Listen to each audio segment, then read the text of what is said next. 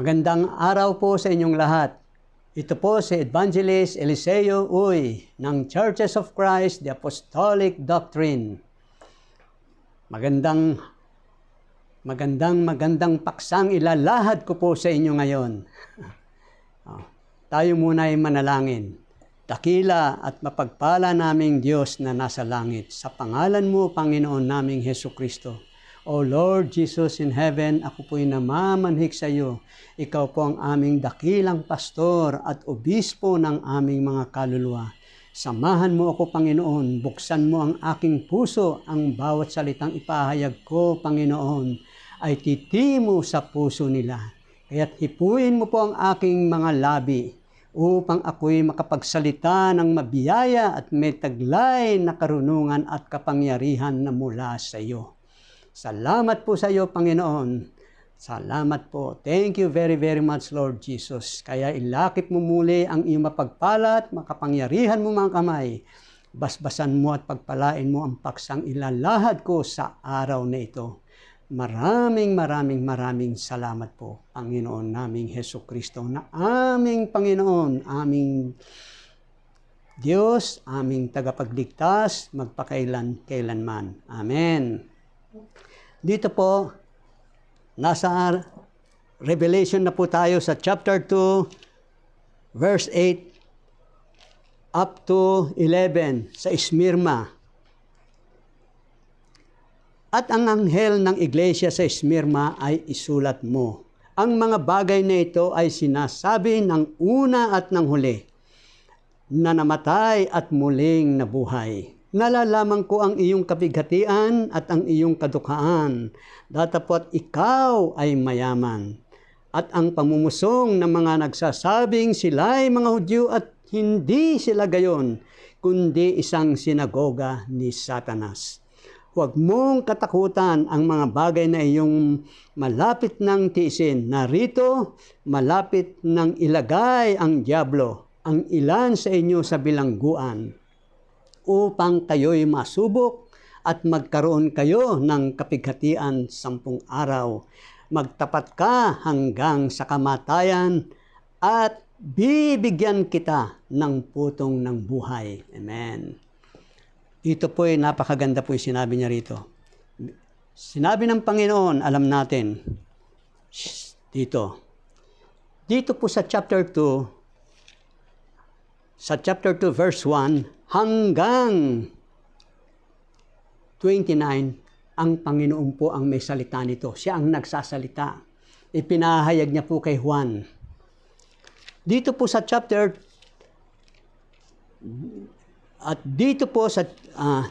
chapter 2, 1 at chapter 3, 1 up to 22, siya rin po ang nagsasalita. Ang Espiritu Santo po. Nasa Espiritu po ang ating Panginoon. Siya po ang Espiritu Santo. Yan po sinasabi ko na po sa inyo ng diretsahan po yan. Basahin po natin dito. Sabi niya rito, sa chapter 1, verse 8 ng Apokalipsis, ako ang Alpha at ang Omega, sabi ng Panginoong Diyos, ngayon at nang nakaraan at sa darating ang makapangyarihan sa lahat. Amen. Dito po, siya po ang Alpha at ang Omega.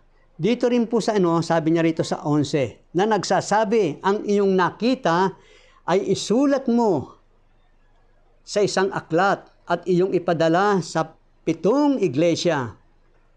Efeso, Esmirna, Pergamo, Tiatira, Sardis, Philadelphia, at sa Laodicea. 7 po yan.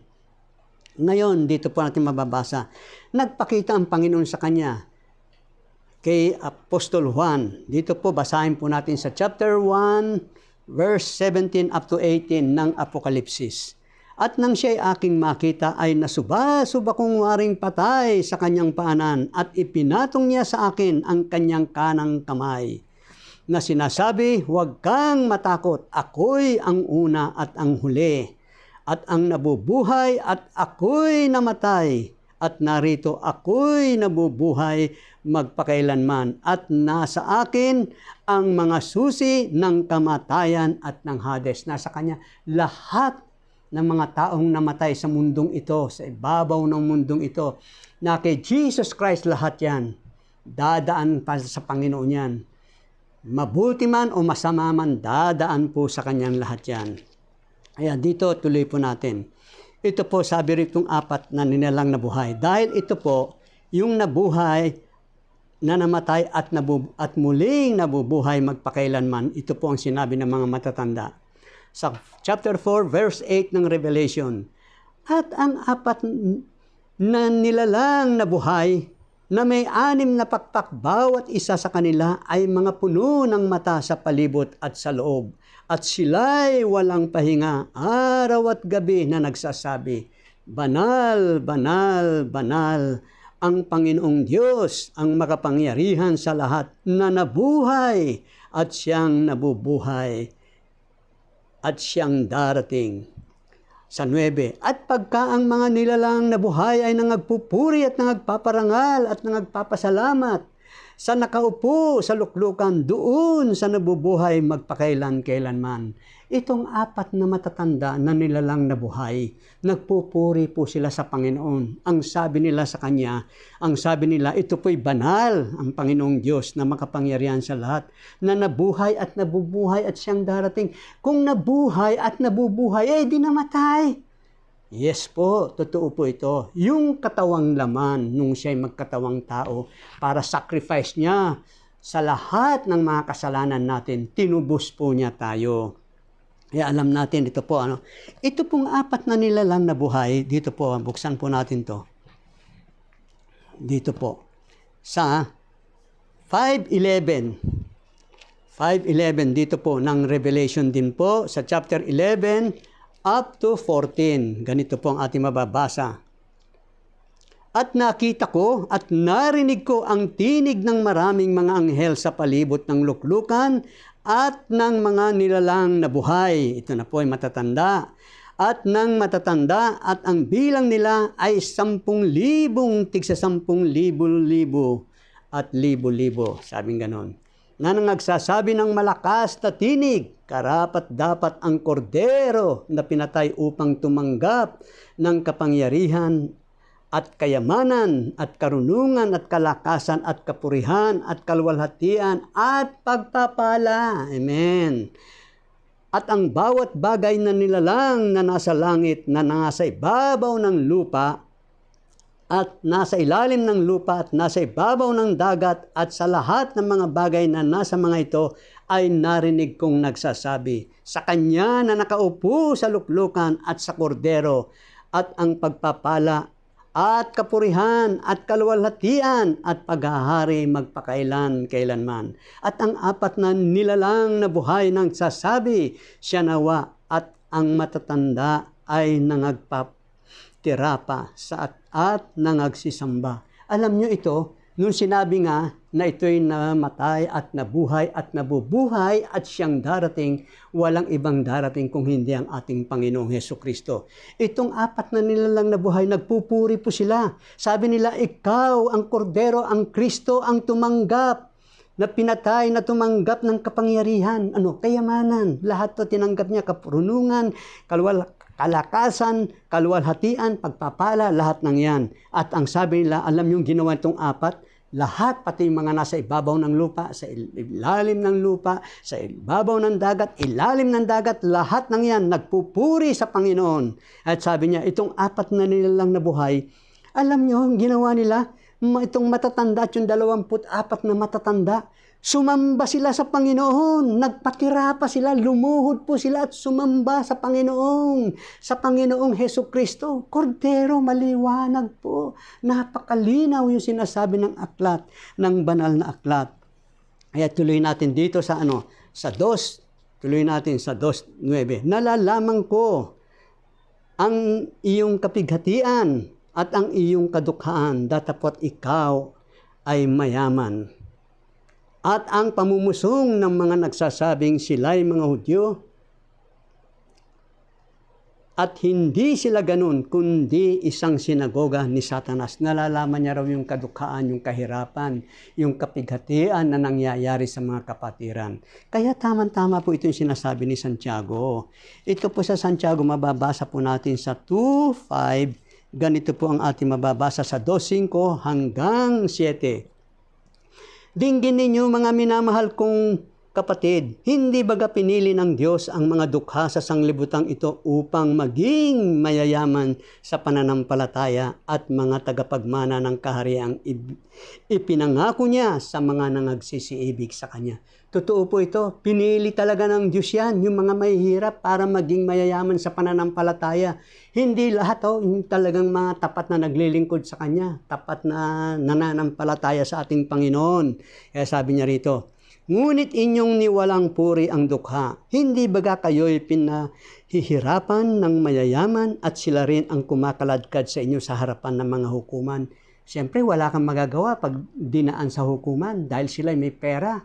Dahil ang gusto nila nasusunod. Very powerful po sila. Kung tungkol sa kayamanan, mayaman sila, wala kayong magagawa. Yung po ang sinasabi ng kasulatan, walang magagawa. Kaya sabi niya rito, hindi baga nilalapastangan nila yaong marangal na pangalan na sa inyo itinatawag. Yung ibinigay ng Panginoon na pangalan sa atin, yan po ay karangalan natin. Nilalapastangan nila yan. Kaya alam ng Panginoong Diyos yan. Kaya sabi niya nga, siya po ang akin ang paghihiganti. Ako ang gaganti. Sabi ng Panginoon pagdating niya, siya ang huhukom. At ituloy po natin dito. Yung sinabi niya rito sa 2:9. Ito. Huwag mong katakutan, malapit nang ilagay ang ilan sa inyo. Ito, wala tayo ron, sorry. Dito po. Ang pamumusong na nagsasabing sila'y mga Hudyo at hindi sila gayon kundi isang sinagoga ni Satanas. Ito palang mga taong ito, hindi naman sila Hudyo. Yung kapaniwalaan ng mga ibang Hudyo na against, laban po sa ating Panginoon, ang pagkakilala nila, ayaw nila siyang tanggapin. Tao lang siya, hindi lang siya. Yun lang ang pagkakilala nila. Yung iba hanggang propeta lang ang kanilang pagkakilala sa Panginoon. Pero yung iba naman ayaw nilang tanggapin na siya ay Diyos. Kaya sabi niya, itong nagsasabing sila ay mga Hudyo, hindi naman sila Hudyo. Mga Hentil po ito. Mga Gentiles people, marami pong ganyan. Una, signan nyo, sabi niya nga rito, nagsalita pong ating Panginoon. Dito sa Juan, mababasa po natin sa 8:40. Sabi nga niya, sa mga kausap niya sa mga Hudyo, sabi nga ng Panginoon sa kanila, datapwat ngayon pinagsisikapan ninyo akong patayin na taong sa inyo'y nagsaysay ng katotohanan na aking narinig sa Diyos. Ito'y hindi ginawa ni Abraham. Kasi, tayo mambigyan ko kayo ng example. Sabi ng Panginoon, bakit niyo ako ibig niyo ako patayin na taong sa inyo'y nagsasalita ng katotohanan? Sa inyo, tao ako, nagsasalita akong totoo pero ayaw ninyo akong tanggapin. Dahil ang pagkakilala nila yung mga kaaway niya, tao lang, tao. Kaya binabato nga siya. Bagaman ikaw ay tao, ay nagpapakunwari kang Diyos. Sabing ganon dito, tuloy natin dito. Sabi niya rito, ang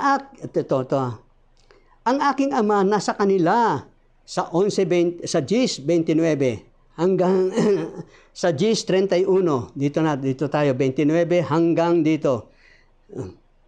Hanggang dito sa 32 muna.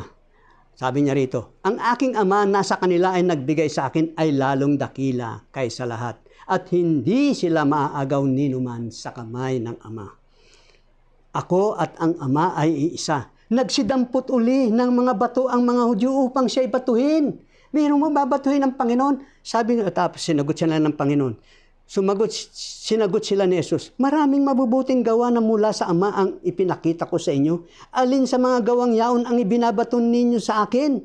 Sabi ng Panginoon sa 33. Sinagot siya ng mga Hudyo, hindi dahil sa mabubuting gawa ay binabato ka namin kundi sa pamumusong. At sapagkat ikaw, bagaman ikaw ay tao, nagpapakunwari kang Diyos. Kita nyo na, ayaw nila. Nagpapakunwaring Diyos daw si Jesus Christ. Ayaw nila, binabato nila. Hindi sa mabubuting gawa, binabato ka namin. Kundi bagamat ikaw ay tao, nagpapakunwari kang Diyos. Kita nyo na, yung paniniwala. Yung mga hentil ngayon na pagkakilala, yung ibang sekta nakikita na natin. na puro tao ang pagkakilala nila sa ating Panginoong Hesukristo. Pamumusong po yun. Kaya anong sabi ni Juan? Tuloy natin dito. Tuloy pa natin. Dito, sabi nilang yan dito. Balik tayo sa 8. Sabi niya dito, basahin ko muna dito sa inyo. Kaya tayo dapat nagbabasa, nakikinig. Kasi dito po sa 47 ng 8:47, sabi ng Panginoong Hesukristo, ang sa Diyos ay nakikinig ng mga salita ng Diyos dahil dito'y hindi ninyo dinirinig sapagkat kayo'y hindi sa Diyos. Amen. Totoo po yun. Yung mga hindi nakikinig, ayaw nilang dinggin ng Panginoon, basta't yung gusto nila, kukuha sila ng mga guro na magandang magsalita, marikit mangusap, yun ang gusto nila. Pero pagdating sa salita ng Diyos, wala, ayaw nila. Dahil, nakokornihan sila. Kaya dito tuloy natin. Sa 8, dito. 8:23, basahin po natin dito. Sa 8:56 muna tayo. Sa 8:56. Dito. Hanggang 58. Nagalak ang inyong amang si Abraham na makita ang aking araw. At nakita niya at natuwa. Sa Juan po ito sa 8:56, 57 up to 58. Sinabi nga sa kanya ng mga Hudyo, wala ka pang 50 taon? Nakita mo si Abraham? Question mark. Sinabi sa kanila ni Jesus, katotohanan sinasabi ko sa inyo, bago ipinanganak si Abraham ay ako nga. Pag sinabi niyan katotohanan, pawang totoo, hindi kasinungalingan. Pag sinabi niyang katotohanan, hindi po kasinungalingan yan. Yan, malinaw po yung salita ng ating Panginoon. Kaya ito, nagtanong na naman sa kanya, itong mga kalaban niya rito. Kaya sabi nga ng Panginoon, tinanong na naman siya. At sa kanila'y kanyang sinabi, ako'y tagaitaas, kayo'y tagaibaba, ako'y tagaitaas, kayo'y tagasanglibutan. Ito, ako'y hindi tagasanglibutan ito. Hindi ko nga sa inyo, sinabi ko nga sa inyo na kayo'y mga mamatay sa inyong mga kasalanan sapagkat malibang kayo'y magsisampalataya na ako nga ang Kristo ay mga mamatay kayo sa inyong mga kasalanan. Ito, nagtanong na naman sa kanya, iba? Sa kanya nga'y kanilang sinabi, sino ka baga? Sabi ng mga tao sa kanya. Ito ang sagot ng Panginoon, question mark yun Sinabi sa kanila ni Jesus, siya rin nga na sinalita ko sa inyo mula pa ng una nagsasalita na ang Panginoon, nagsasalita na siya. Kahit yung mga apostol nagpapahayag na sa kanya. Alam niyo, sabi po ng mga apostol ito, maganda po ito yung sinabi niya rito. Yaong buhat sa pasimula, sabi sa unang Juan 1-2. Yaong buhat sa pasimula, yaong aming narinig, yaong nakita ng aming mga mata, yaong aming namasdan at nahipo ng aming mga kamay tungkol sa salita ng buhay. Nahipo pa nila, namasdan pa nila, nakita pa nila. At ang buhay ay nahayag at aming nakita at pinatotohanan at sa inyo'y aming ibinabalita ang buhay na walang hanggan na kasama ng Ama at sa atin ay nahayag. Sino ba yung buhay na walang hanggan? Si Jesus Christ. Amen. Siya po ang buhay na walang hanggan. Malinaw na malinaw po yan. Kaya ituloy pa natin dito. Ito po yung mga nagsasabing mga Hudyo. Kaya nagalit po ang Panginoon dito. Sinabi niya para sa 3:9. Sinabi niya kay John, sinabi niya po rito sa 3:9.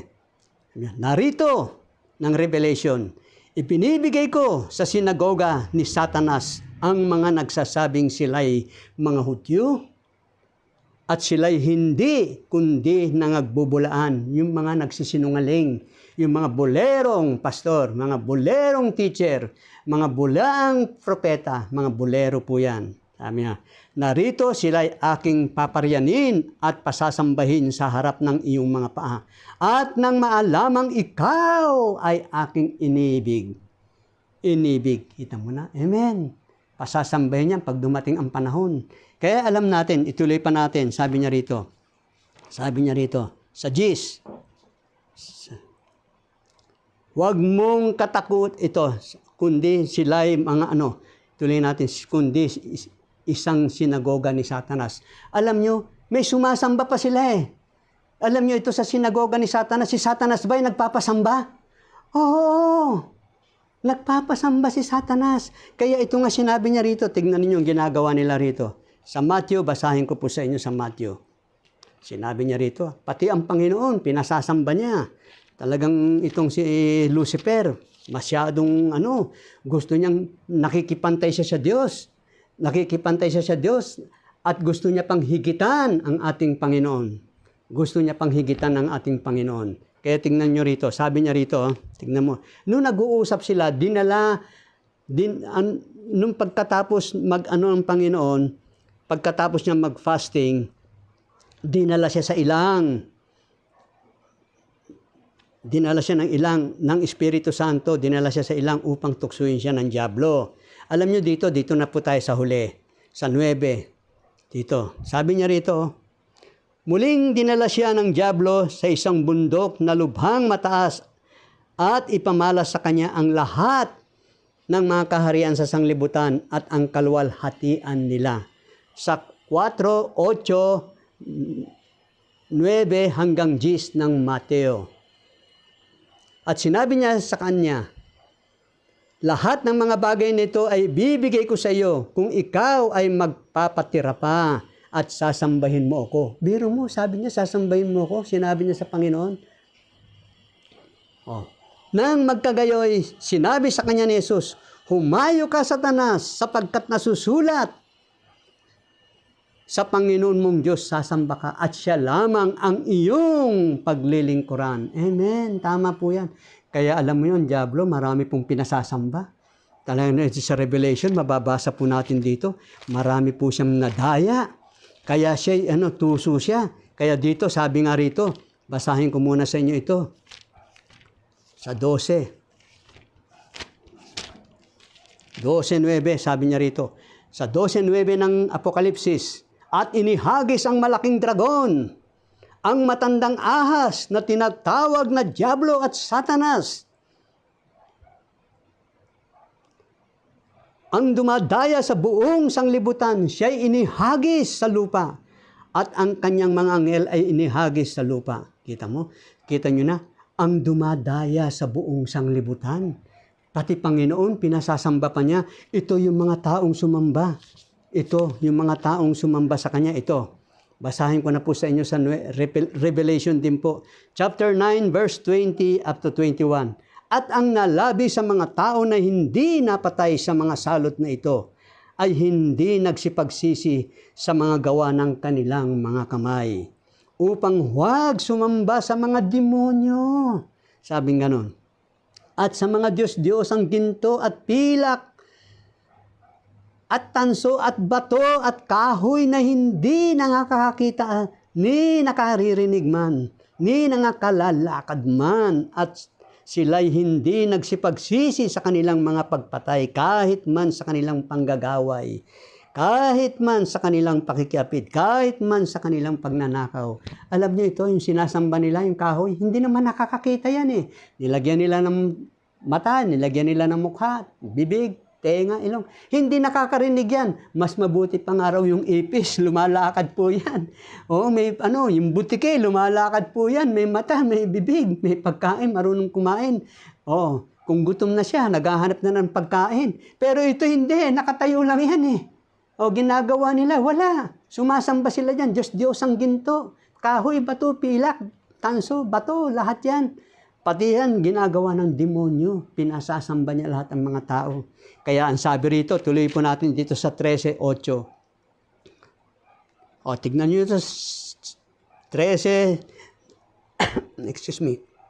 7 hanggang 8 ng Revelation. At ipinagkaloob sa kanya na makipagbaka sa mga banal.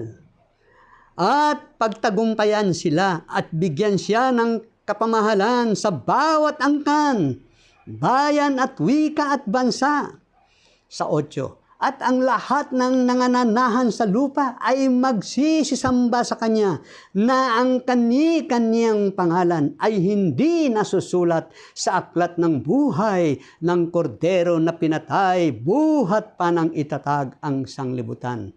Kaya ang sabi ni Juan, alam nyo, ito po ang sabi ni Juan, kung ang sino man ay may pakinig, ay makinig. Amen. Kailangan pakinggan mong mabuti yung sinasabi dahil ito, yung mga sumamba, nakipagbaka sila sa mga banal, nagtagumpay sila dahil marami sila eh. May kapangyarihan siya. Sabi niya, ang lahat ng nananahan sa lupa ay nagsisamba sa Kanya. Ng Kanyang pangalan hindi nasusulat. Biro mo, lahat binigyan siya ng kapamahalan sa bawat angkan. Lahat, bayan, wika at bansa, lahat yan, kahit saan sa buong daigdig. Itong daigdig natin, east, west, south, north, lahat yan, meron siya dyan. Very powerful po ito na dayain ng mga tao sa sanglibutan. Kaya alam na natin. Kaya dito, sabi nga rito, ito tuloy natin. Nabasa na po natin yung chapter 4, 9, 10 ng Revelation. Kaya sabi niya rito, ang sabi po ng Panginoon, ito po, itong mga taong ito nagpapanggap sila na Hudyo. Hindi naman sila Hudyo. Dahil ang kapaniwalaan ng mga kalaban ng mga Hudyo ng ating Panginoong Hesukristo, tao. Walang pagkakakilala, hindi nila alam. Ang iba naman sasabihin nila, totoong tao, totoong Diyos. Sabi naman ng mga iba, hindi Diyos si Kristo. Si Bigote, nakita ko sa YouTube, sabi ni Bigote, ay hindi tunay na Diyos si Kristo. Ang Ama ang tunay na Diyos. Sabi ni Bigote, ay isipin niyo yan. Sabi naman ng mga iba, hindi. Sabi Jehovah, hindi, dalawa. Sabi ng mga iba, tatlo. Iba naman sasabihin naman, tatlo. Iba naman, apat. Hindi, iba marami. Ayan, yan po ang ano nila. Kaya mali po yan. Kaya dito po, ituloy po natin. Kaya rito, sabi niya rito, tuloy natin ang basa. Dito po, sa 2, pumunta po tayo rito sa 2. Sabi niya rito, huwag mong katakutan ng mga bagay na iyong malapit ng tiisin. Narito, malapit ng ilagay ng dyablo ang ilan sa inyo sa bilangguan upang kayo'y masubok at magkaroon kayo ng kapighatian. 10 araw magtapat ka hanggang sa kamatayan. Bibigyan kita ng putong ng buhay. Amen. Kita mo, pag magtatapat pala tayo. Pero itong dyablo na ito, basahin ko po sa inyo ito, Sabi niya rito, yung dyablo, persecution come from Satan, not from God. Sabi ganun. Satan, the devil, will cause believer to be thrown in prison and even killed. But believers need not fear death. Why? Bakit po? Because it will only result in their receiving the crowns of glory. Amen. Hindi sila natatakot. Yung pag-uusig po ay si Satanas po ang may kagustuhan, hindi po ang Diyos. Basahin niyo pong mabuti. Satan, siya ang demonyo, will cause, magiging dahilan ng idadalin sa bilangguan, sa prison, ang mga anak ng Diyos. Kahit na mamatay, kahit mamatay, pero ang mga believers, ang mga mananampalataya ay hindi natatakot sa kamatayan sapagkat ito po'y magdadala sa kanila ng resulta sa pagtanggap nila ng putong ng buhay. Amen. Kasi si Satan may harms their earthly bodies, but he can do them no spiritual harms. Mapipinsala nila yung katawan pisikal, ang tao. Pero ang spiritual, no. Sabing ganun, no spiritual harm, hindi nila masasaktan. Magtapat ka hanggang sa kamatayan, sabing ganun, at bibigyan kita ng putong ng buhay.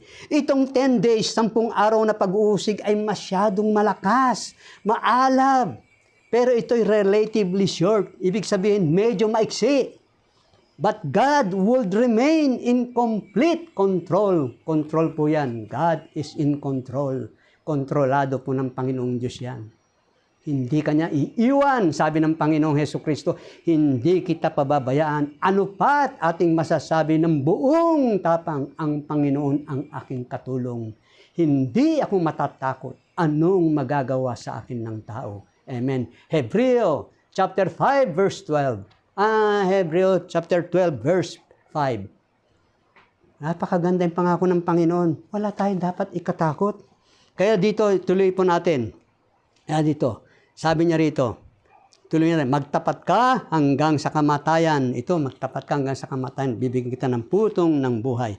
Dito po sa Mateo, 10.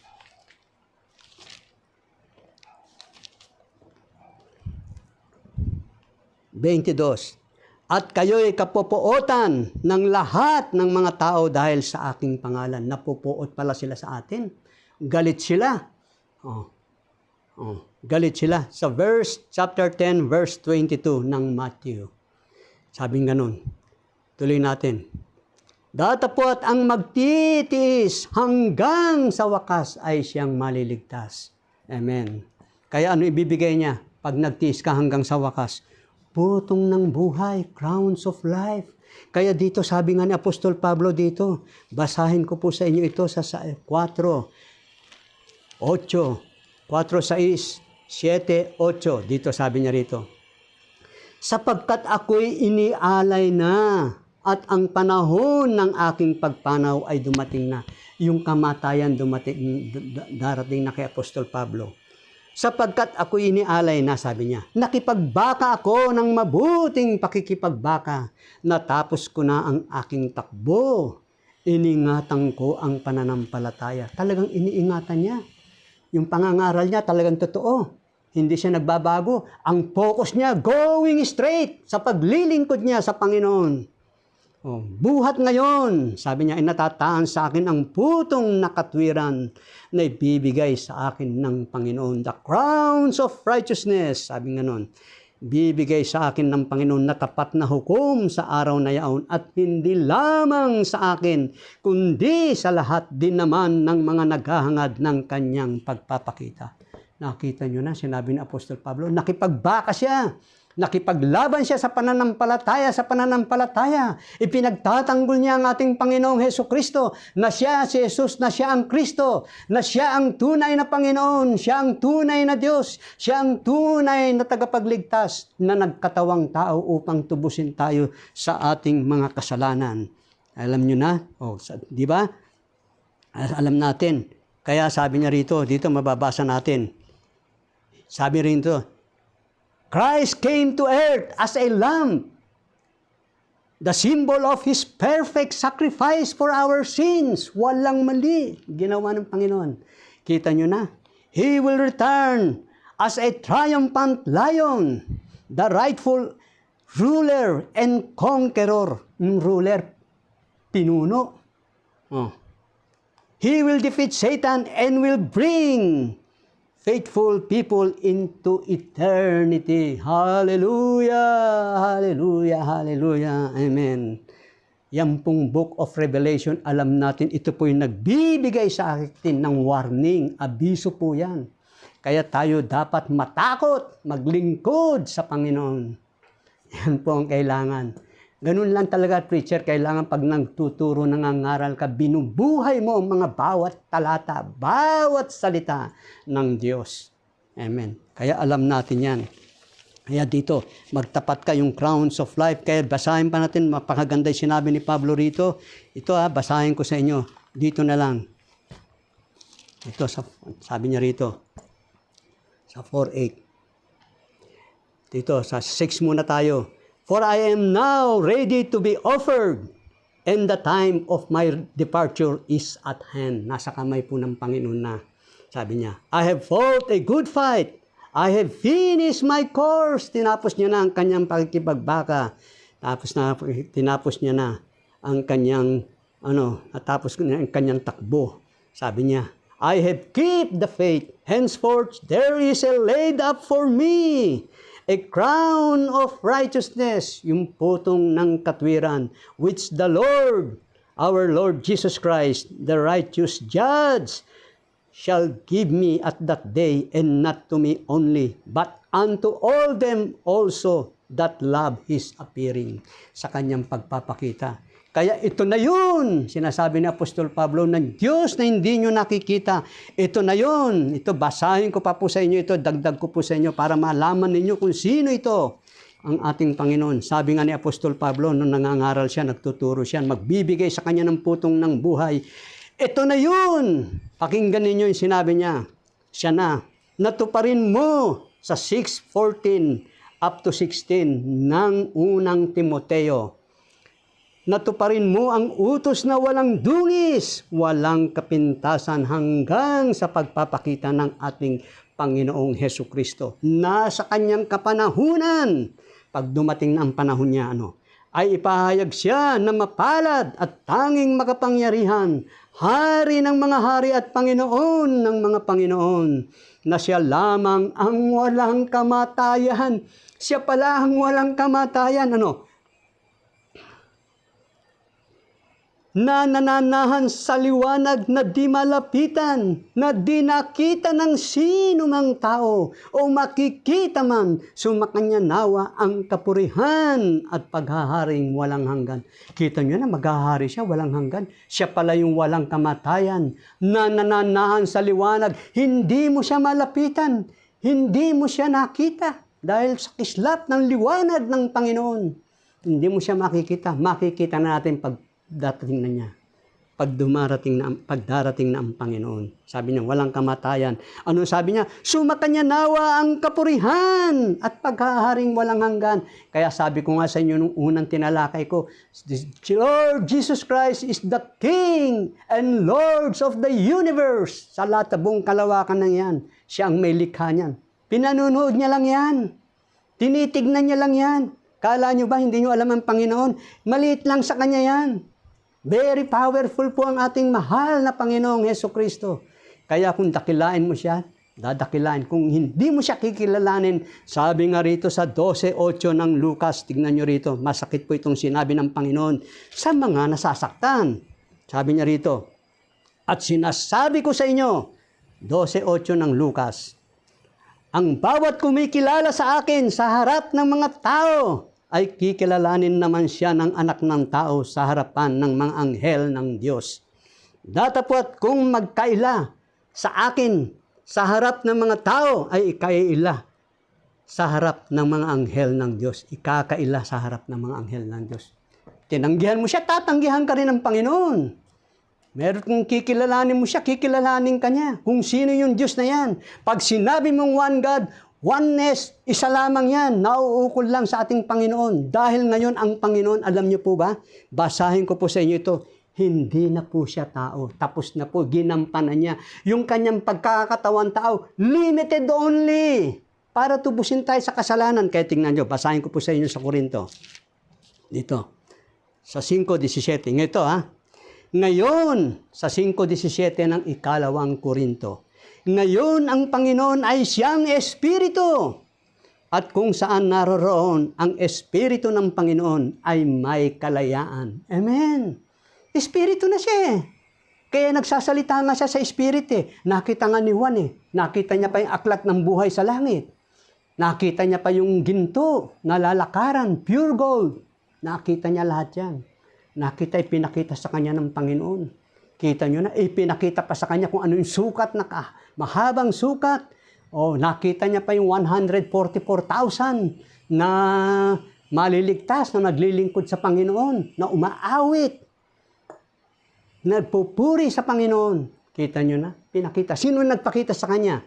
Si Jesus Christ. Basahin nyo, kahit na bali-baligtarin yung Biblia, hindi nyo po mababaligtad. Kahit na i-focus nyo pa, kahit mag-focus pa kayo, hindi lalabas at lalabas siya ang tunay na Panginoon. Siya ang tunay na tagapagligtas. Siya ang tunay na Diyos. Tandaan nyo yung sinabi ko po niyan. Hindi ako may sabi, ang banal na aklat po may sabi. Kaya maniwala po tayo. Ano po itong crowns of life na ibibigay sa atin ng Panginoon? Ito, magtapat ka at bibigyan kita ng putong ng buhay, sabi niya. At ito naman, sabi niya po rito sa 2:7. Dito po, sa chapter 2, verse 7. Chapter 2, verse 11. Ang may pakinig ay makinig sa sinasabi ng Espiritu sa mga iglesia. Ang magtagumpay ay hindi parurusahan ng ikalawang kamatayan. Sino po ito nagsasalitang ito? Si Kristo. Nasa Espiritu siya. Amen. Siya ang Espiritu Santo. Tignan nyo, tuloy natin. Sabi niya rito, sa 26, chapter 20, verse 6. Ito po ha, ito. Mapalad at banal ang makalakip sa unang pagkabuhay na maguli. Sa mga ito ay walang kapangyarihan ang ikalawang kamatayan. Amen. Kundi sila'y magiging mga saserdote ng Diyos at ni Kristo at mga haharing kasama niya sa loob ng 1,000 taon. Amen. Magiging ano tayo? Magiging parang saserdote na tayo. Wala ka ng pagod, wala ka ng hirap. Hindi ka na maghahanap pa ng pagkain na magtatrahanap buhay ka pa. Nandun na lahat. Pabor na ibinigay sa inyo ibibigay sa atin ng Panginoon. Ano ibibigay sa atin ng Panginoon? Marami. Sabi niya, yung mga hindi narinig ng tenga, hindi nakita ng mga mata, hindi pumasok sa puso ng tao ninuman. Kita nyo na yung mga gift na yan. Yan po yung rewards na ibibigay sa atin ng Panginoon ayon sa pagpapagal mo. Kaya yung blessing, iba po yung blessing. Kala may blessing ako sa Panginoon sa langit. May blessing. Hindi po, rewards po yun. Ang blessing dito, tinanggap mo na. Pagka nagtrabaho ka, pinagpala ka, binigyan ka ng boss mo, dinagdagan niya, halimbawa ang bonus mo, binigyan ka niya, dinoble niya. O yung pagtatrabaho mo, tinaasan niya yung sweldo mo, di ba blessing yun? Pero natanggap mo na, wala ka ng blessing sa Panginoon. Pag may nagbigay sa yung kapatiran, binigyan ka na, binigay na ng Panginoon yung blessing ni Lord sa iyo yan, pero yung rewards, wala po yun. Iba yun sa langit po natin tatanggapin yun. Yung rewards, yung blessing, yung gantimpala na ibibigay ng Panginoon. Sabi niya, nasa aking mga kamay. Sabi niya, ginagantimpalahan niya yung mga anak niya. Kaya ito, tuloy natin. Ito pa. Ngunit ito naman yung mga hindi papasok sa kaharian ng langit. Ito po, marami po sila. Marami po sila. Dito sa 26, ito po, itong babasahin ko po sa inyo. Sa 21, sa 21:8, dito po, ng Revelation.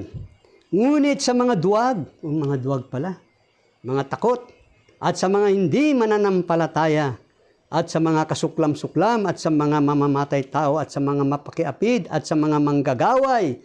Alam niyo po yung manggagaway, mga sorcerers po yan, mga mangkukulam. At sa mga mapagsamba sa Diyos-Diyosan, at sa lahat ng mga sinungaling, ang kanilang bahagi ay sa dagat-dagatang nagnininga sa apoy at asupre na siyang ikalawang kamatayan. Walang hanggang kaparusahan na po yan. Amen. Kita nyo na? Alam nyo, napakainit. Kung tayo nga rito, hindi tayo makatulog sa init eh. Yung pakayang apoy nalalamon sa mga kaaway. Sabi nga ng Panginoon. Kaya nga, sinabi nga ng Panginoon dito, nagalit nga ang Panginoon dito sa 12 ng Hebre, ito na pong kahuli-hulian kong babasahin po sa inyo. Dito. Dito po.